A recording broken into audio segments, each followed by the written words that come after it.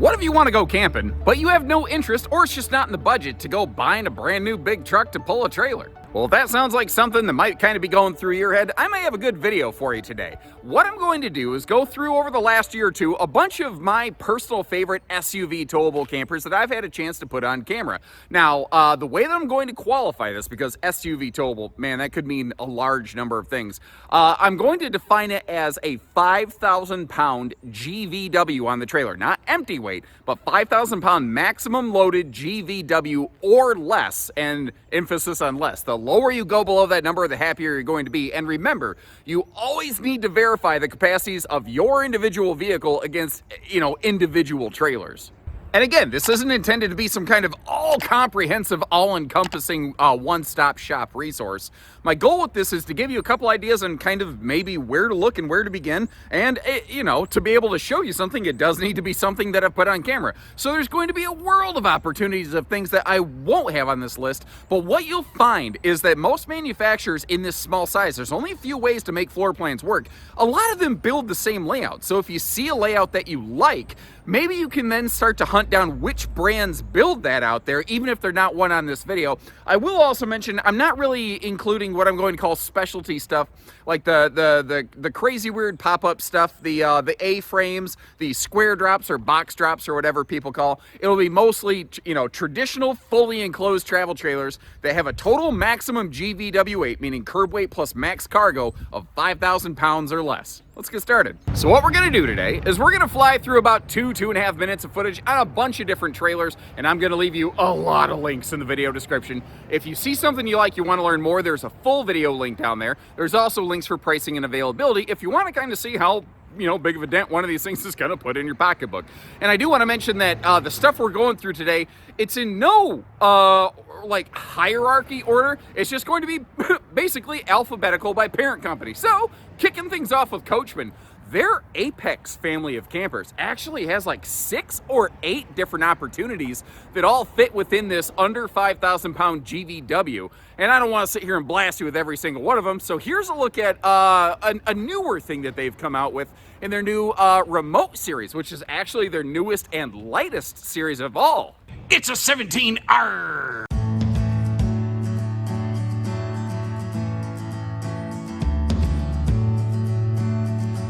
Hey everybody, Josh the RV Nerd of Bish's RV, down here kicking it with Coachmen today. And, I've been doing this about 15 years now. I'm a professional looker-atter of campers who's seen tens of thousands. So I get kind of numb to these things. And every now and then I walk by one, I go, whoa, what is that? What are you doing over here? They did some major work on this Apex Remote series over here, previously called Apex Terra, then Apex Remote last year. It almost just didn't feel like it was done, son, and they have definitely tightened the screws since then. Completely different look from the rest of the Apex line. What this thing is designed to be is not like the most hardcore off-road adventure camper, brother. It's not that at all, and the budget reflects that. But it hits a lot of really major notes, coming in thousands, potentially tens of thousands less compared to a lot of other similar campers, for someone who maybe wants to do a little bit of camping off pavement here and there, but also still wants some comforts, maybe, in a park, or, if you're mooch docking off the aunt and the uncle sometime or something like that. And the basic look of the outside of this thing, I think that, I could see that look spreading through the rest of their lineup. That's my opinion. What do you think? I am in love with all these, oval style windows. They just look very, very cool to me. And the majority of them do still open for airflow, which is very cool. And that, especially the windshield on this one, really struck me. Now, I'm sorry, I'm off track here. We are a double Asdel product, Asdel inside and outside. It's got a little bit of a higher lift package to it, which is also nice. By default here, this also has 200 watts of solar, but you can option in their super solar package, which will bump you up to 600 watts and a 2,000 watt inverter with a bigger charge controller to help handle that. Again, not something where you're going to run the air conditioner off grid. It's nothing like that. It's the kind of RV where if you do want to spend some time running lights, running fans like the big XL fan in the living room, and you don't want to worry about your battery dying all the time, this might be an interesting little new option that sweeps the leg of a lot of other people out there. And you'll notice that most of the entries on this list today tend to be single axle models. That's just kind of one of those things that almost has to happen to keep you under that 5,000 pound GVW. And it's kind of funny because a lot of the Wolf Pups from Cherokee, despite being single axles, they do run over 5,000 pounds GVW. But they have just released this new EV series that does come in lighter weight. It's lower budget. The other interesting thing here, it's all electric. Absolutely no propane system on these.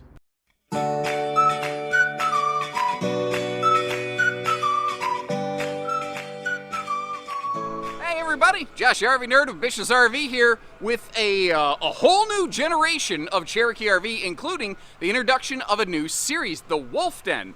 Now, the Wolf Dens basically are the new price-aggressive member of the Cherokee family. What they didn't want to do is take their existing Wolf Pup, Gray Wolf, and Cherokee models and gut them. They didn't want to just take stuff and just peel it out and throw it out the window, because whenever you do that, when you de-content an RV, it always looks raw and stupid and unfinished. They wanted to build something from the ground up, designed to be more accessible and more affordable. And this is the smallest, lightest, and most affordable of all those. So it's kind of based on the Wolf Pup platform, but this single axle Wolf Den here, like all their single axles are now 7.5 foot wide instead of 7 wide, which is really opening up some interesting opportunities for floor plans. And this one right here, the reason it's called an EV, this is a no propane model. This is all electric, electric heat, electric, cooking, electric everything. And it's not something with like big mega solar. Like it is not anything like that. This is for your casual camper, your folks who are just starting out or upgrading from a pop-up, and maybe you do a lot of park camping, or you have something like a portable generator available for you. That's who this one is intended for. Now, at Bish's, we could upfit this sucker with a big old solar package, but chances are, if you want to do something like that, by the time you factor in the cost of a dealer-installed solar package, there might be better options for you. This little thing right here, though, it does have a Camp Queen bed up front, but it definitely has the space if you want to go true queen. It's totally capable. You've got the pair of very wide-open bunks off there in the corner, and I like how they're doing like the little kind of tote storage in the, I guess kind of like pantry area, because that really lets you use it as like clothing, as pantry, as a lot of different things.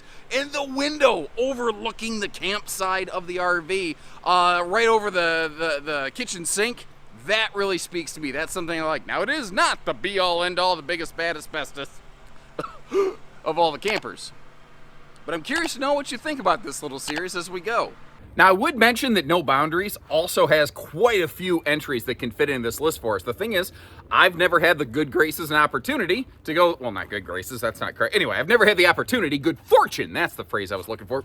Should have had a V8. To go through and record a bunch of Nobos. You're like, what are you talking about? They're right behind you. This happens to be an interesting collection of used ones that we have at my home store, but their sister, Ibex, has their new Essentials Only series, and they actually do have a family model that you could tow if you have an under 5,000 pound, or if you have like a 5,000 pound tow rating.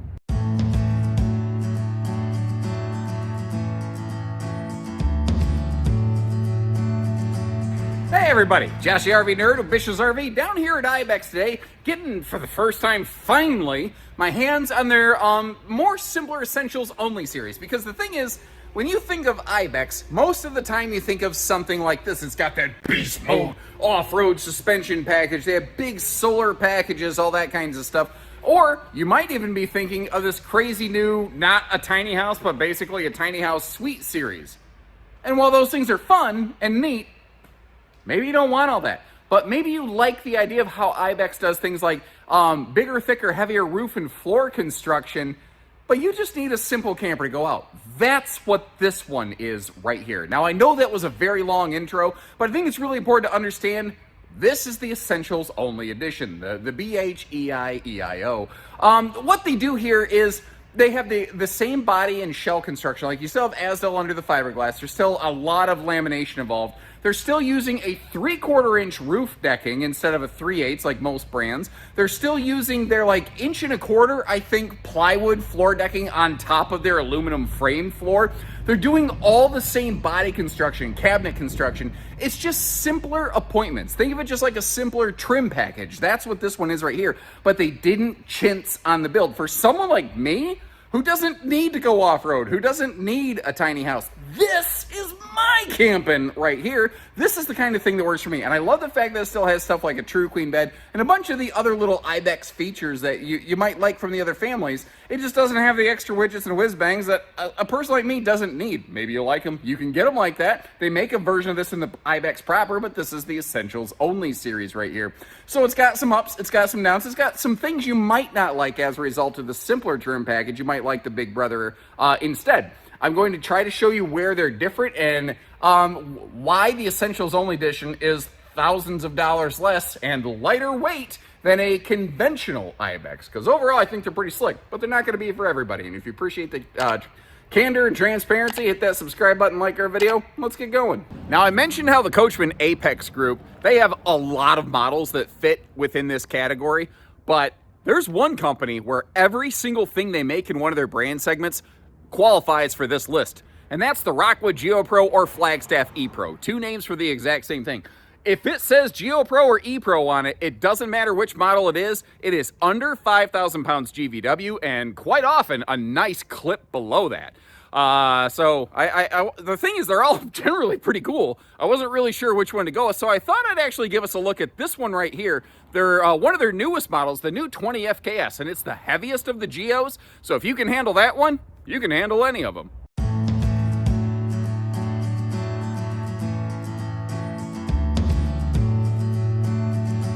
Hey everybody, Josh RV Nerd with Bish's RV here with a brand new Geo E-Pro floor plan for you.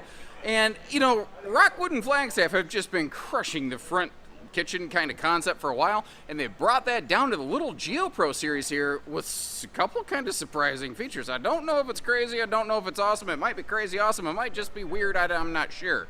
But what they did here is you've got a whole, front kitchen wrapped around this thing, which plays perfectly with the windshield they have inset into their nose caps.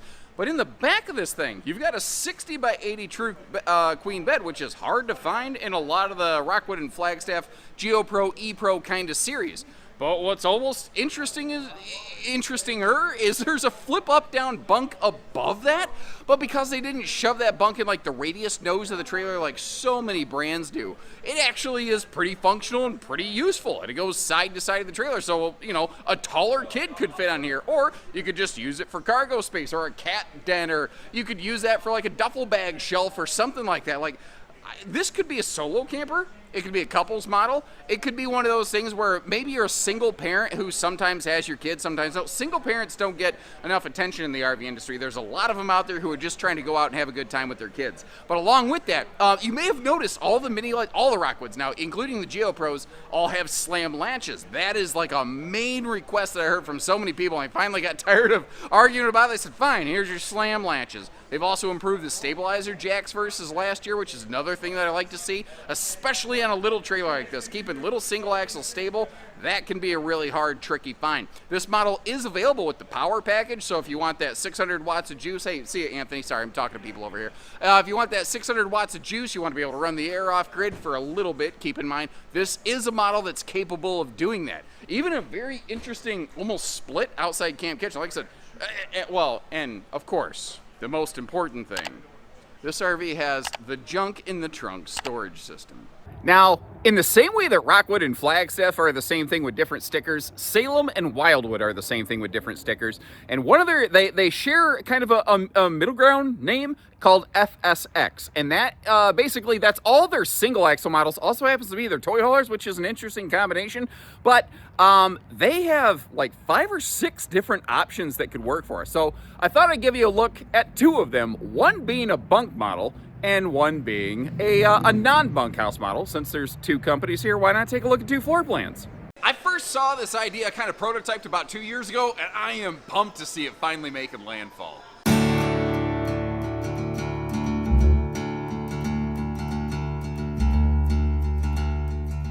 Hey everybody, Josh the RV Nerd at Bish's RV, and I'm excited to showcase this one for you here because the Wildwood FSX division, their single axle little campers, when you get their platinum package, they have cranked it up a notch, adding that full candy coated nose cap with that awesome windshield, and with this model having that full wraparound front U-dinette. It's like, to me, it's a perfect fit, because I think windshields look awesome on RVs, but a lot of times they're buried up in a bedroom, and I don't know that they provide a lot of benefit. This setup makes this little camper look and feel not so little whatsoever. To me, it works really, really well, and I really like what they've done here. This is also really interesting in that it is a simple, easy, no slide, small and light camper with a private rear bedroom, and that is like incredibly hard to find. It is a 7.5 wide RV, which would be a really nice fit if you're like going to be SUV towing or like mid-size pickup towing or anything like that. And if you got like a half ton or bigger, you're going to yank it all over the place. Now, when I say SUV, I do mean bigger tow package class, not the small little stuff. And this is not going to be a layout for everyone, but you know, you got to remember, for the size that it is, I can't think of anything that they really could have cranked up a little bit harder on this. Like the underbelly is enclosed with their accessibility package. There's the optional 200-watt solar package you can get on the roof. It has a side mount solar plug. It comes with its own little griddle outside, so if you want to keep some of the cooking heat and smells out of it, you can. The bathroom's a walk-through bathroom, but they've even improved that from the original generation with sliding doors now instead of swinging doors, so you don't got a butt scoop boogie all over around in the camper. It's just simpler and easier, makes more sense. And so you don't cut the camper off. There is at least a privacy curtain there. If someone is using the bathroom, you can still slide by them. But, you know, its greatest asset will be its greatest liability, truly, but I think it's a very unique floor plan. I haven't seen anyone else that builds this. I'm really curious to know what you think about this one. If you like how we get you the footage, hit that subscribe button. Let's go. I cannot believe the way manufacturers RV R&D one another, which means rip off and duplicate. I cannot believe this camper hasn't been ripped off more, because it's just that good.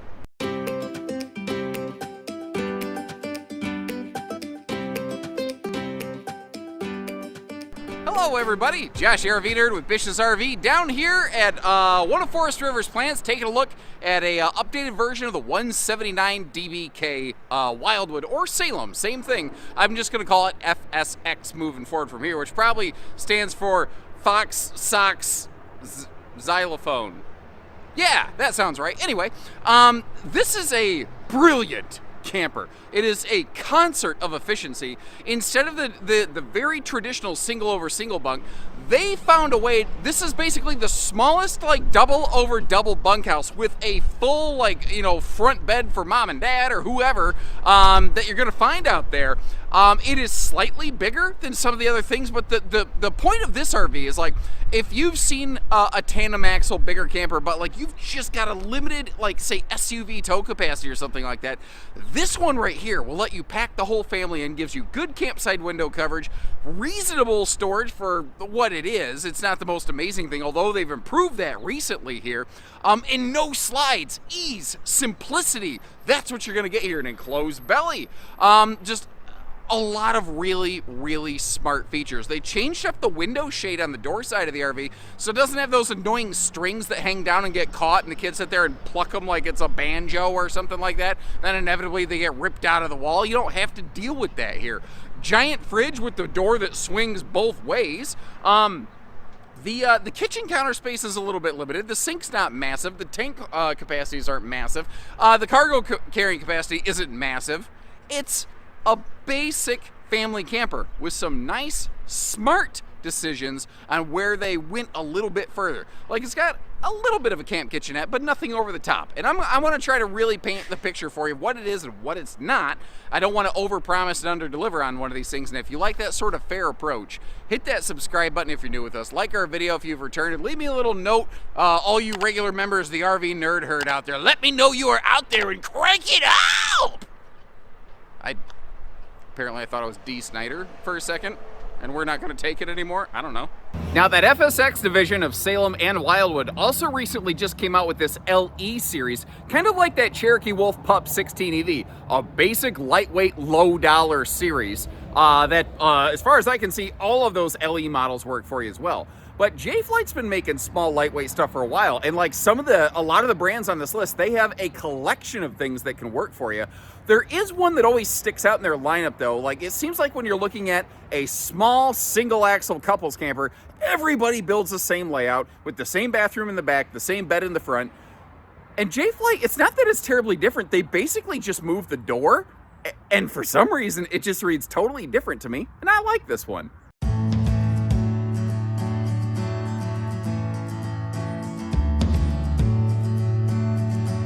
Hello everybody, welcome back to Bish's RV. Josh the RV Nerd here, right next to the road, so apologies if you're hearing some road-like background noise here. Hopefully we don't incite any kind of accidents with people rubbernecking at the campers. Anyway, today we're looking at the 195 RB Jay Flight. This has been in their lineup for a long time here. And there's a lot of things like this where it's a single axle with a front bed and a rear bathroom, but normally you open the door near the front of the RV and you walk in right on top of the mattress. This one kind of does it a little bit differently, where they put the entry door in the back, and as a result that creates, I think, a little more kind of private, personal feeling front bedroom. And this is a front walk-around bed, which is actually kind of cool instead of some kind of east-west corner bed that you got to climb over one another at night.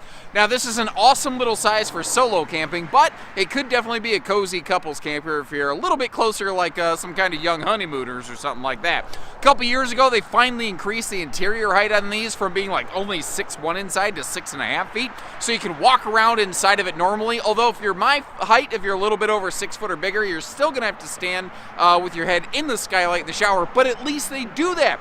So many little builders don't give you a skylight in the shower, so you're constantly ducking whenever you're trying to bathe or anything like that. Carpetless, ventless, easy cleaning, pet friendly. That's normal on single axle campers. But they finally, based on your input, started putting shower surround paneling in this bathroom. And all I can say to that is it's about time. Now there's some other good qualities, some other kind of downsides to this. We're going to kind of boil all that out. One of the major things I want to point out though is I don't think there's anybody that matches the warranty that Jayco's putting on their single axle little campers like these. If you're looking for something to get you started, but to like be able to be around for a while, assuming you take normal care of it, this would be a good place to start right here.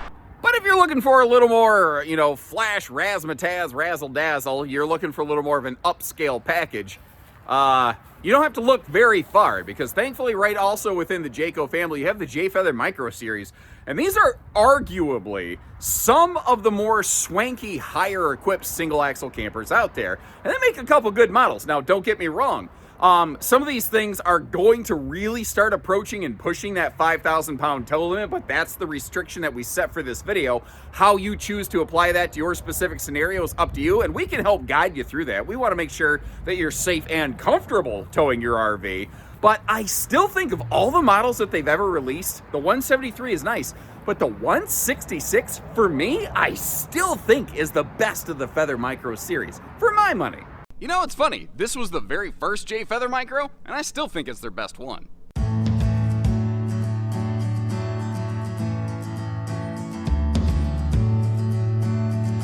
Hey everybody, Josh the RV Nerd of Bish's RV, down here with some nice updates on the 166 FBS.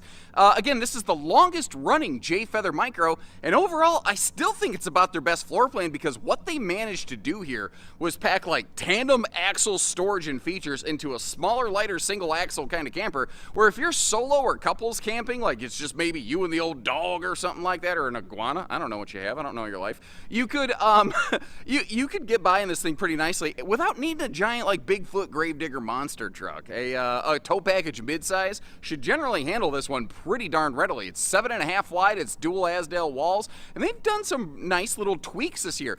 It's been a lot of exchange where they've kind of listened to the feedback, and they said, okay, if you don't want this, then we'll give you this instead. Like for instance, not a lot of people were really too into the brush bar guards on the outside, so they subbed those out. A lot of people said I could absolutely care less about that little outside mini fridge, so what they did is they just left it open for storage, but they still left the power outlet there. So if you do want to put a fridge in, you can, or you just have a power outlet outside in an enclosed cavity, which is really freaking handy if you ask me. We got TPMS, Goodyear Wrangler tires, and closed belly. This year they've standardized the solar package, and they've also standardized about a 20-25% larger 12-volt compressor fridge, giving you even more cold storage. So frankly, even though they got rid of the outside mini fridge, you actually haven't lost any cold storage. It's just kind of washed out.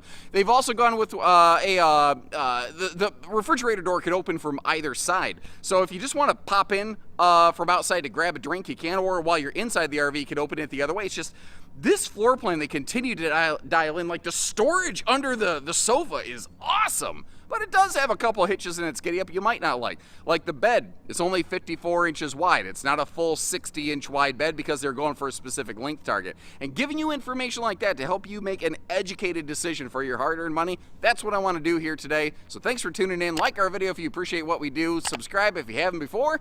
Let's get going. Now, over to Grand Design, they have been imagining new models that are just completely unique and crazy and unlike anything I think I've ever seen in the industry for years now. And recently here with the introduction and then quick expansion of the Imagine AIM series, they have continued that trend. And again, they've got 4 or 5 different models, some that can, are designed for couples and some that are designed maybe for small families, but they have several entries on this list that can all get you under 5,000 pounds. But the one for me that really stuck out was this 14MS because the amount of kitchen space it gives you in a little camper like this, I've never seen anything like nail it like that before. I've been doing this 15 years. I don't know if I've ever seen anything quite like that.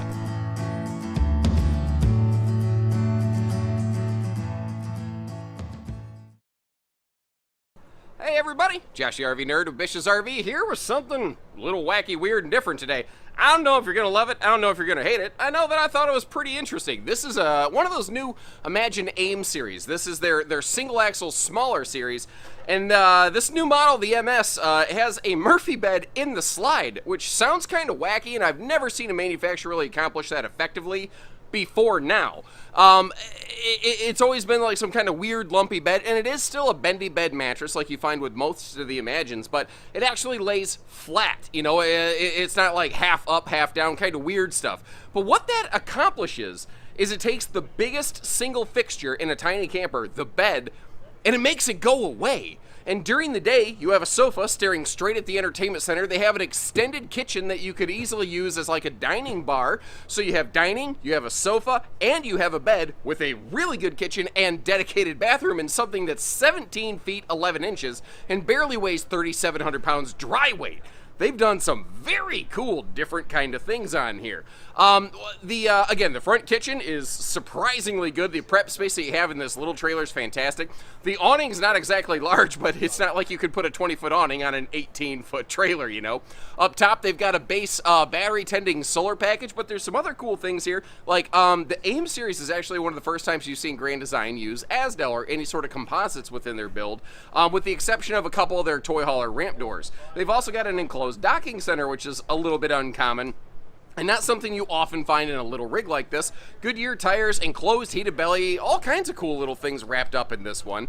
I'd be kind of curious to know what you think about it here, and we'll see what she has to offer. But probably easily the newest name on this list would be the Go Play series by Wayfinder RV, which is actually exclusive to us here at Bish's. And even though we have 2 entries in our Go Play family that come in under 5,000 pounds total max weight, it's actually the no slide 19BH that I personally prefer, because you've seen this floor plan probably 2 or 3 times on this list alone, and if you go shopping for small family campers, you're going to run into it from everybody and their brother. It's like the default single axle bunkhouse floor plan because it's a very effective floor plan. What I like about it though, we were able to keep it's bigger without being bigger, if that makes sense. It's a full 8 foot wide. It's 6'9" tall inside, which I've seen single axles as small as 6'1" inside. It's a full size camper that just happens to come in surprisingly lightweight and towable.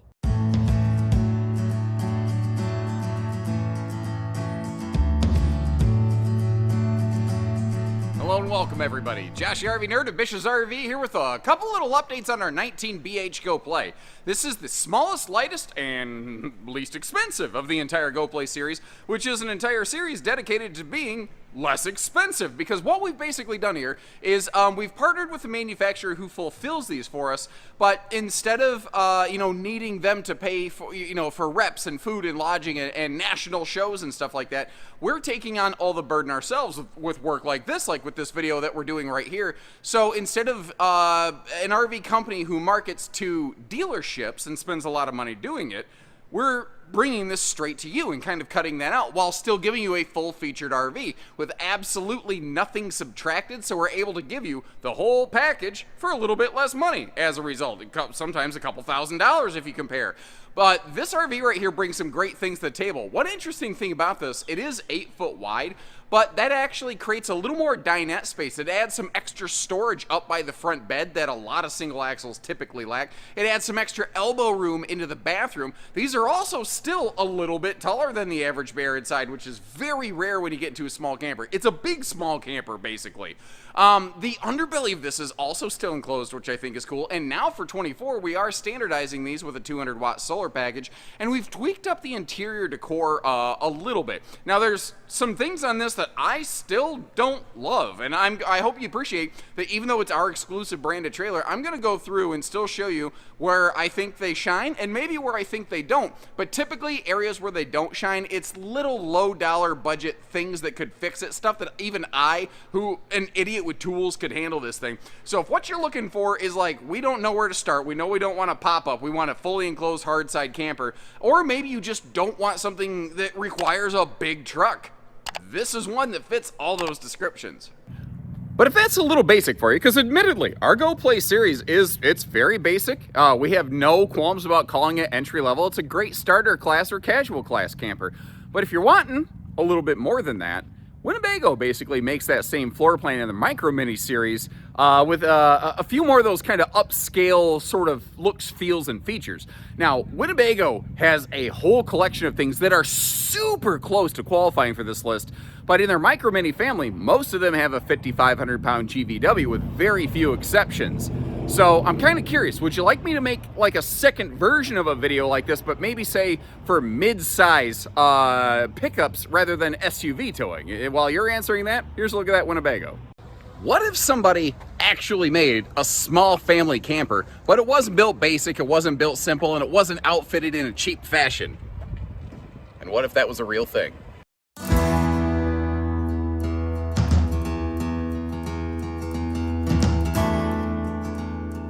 Hey everybody, Josh the RV Nerd here at Bish's RV in Coldwater, Michigan at my hometown store, hanging out with the Winnebago 1700 BH. As the model number implies, this is a small bunkhouse, and you've seen this floor plan 100,000 million billion 70 trillion times before. So why this one? And the answer really is, like I said, what if what you're looking for, like you're looking for a small camper, either for bunks for sleeping or for like cargo space, because this has that folding cargo bunk, but you don't want entry level. You don't want simple, basic, or cheap. This is not the lightest weight nor least expensive version of this floor plan. It's also not the heaviest or most expensive. So what are you getting here? You are getting just supreme fit and finish. This is what I'm going to call like an upper middle class kind of camper right here.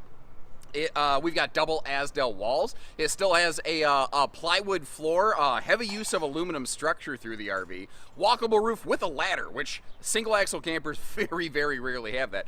Even has a enclosed belly and tank heaters, which again, you rarely find in this class until you start getting that premium kind of J Feather Micro, Geo Pro, Ember kind of stuff right here. You know, we're in that upper echelon in category.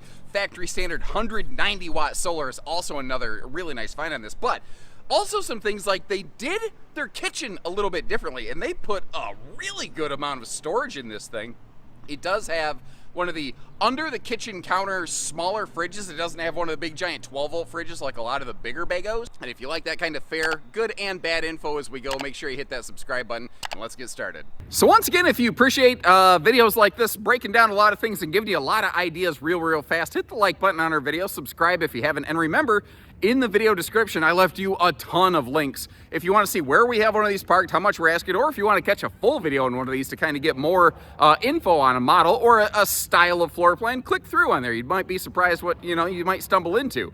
And again, leave me a note. Would you like me to kind of make another one of these, but say for something 7,500 pounds or lighter, like mid-size truck towable? Because it seems like there's huge focus in the market on half-ton stuff, but not everybody has, wants, or needs a half-ton pickup. There's a bunch of us that have something a little bit smaller. Like I drive a Ford Maverick with only a 4,000 pound tow rating, something that's half-ton towable. It doesn't do me a lot of good. So let me know if you'd like me to kind of break this down again in a different way, and I'll do my best to fulfill that. But in the meantime, take care, stay safe, have fun, and happy camping, everyone.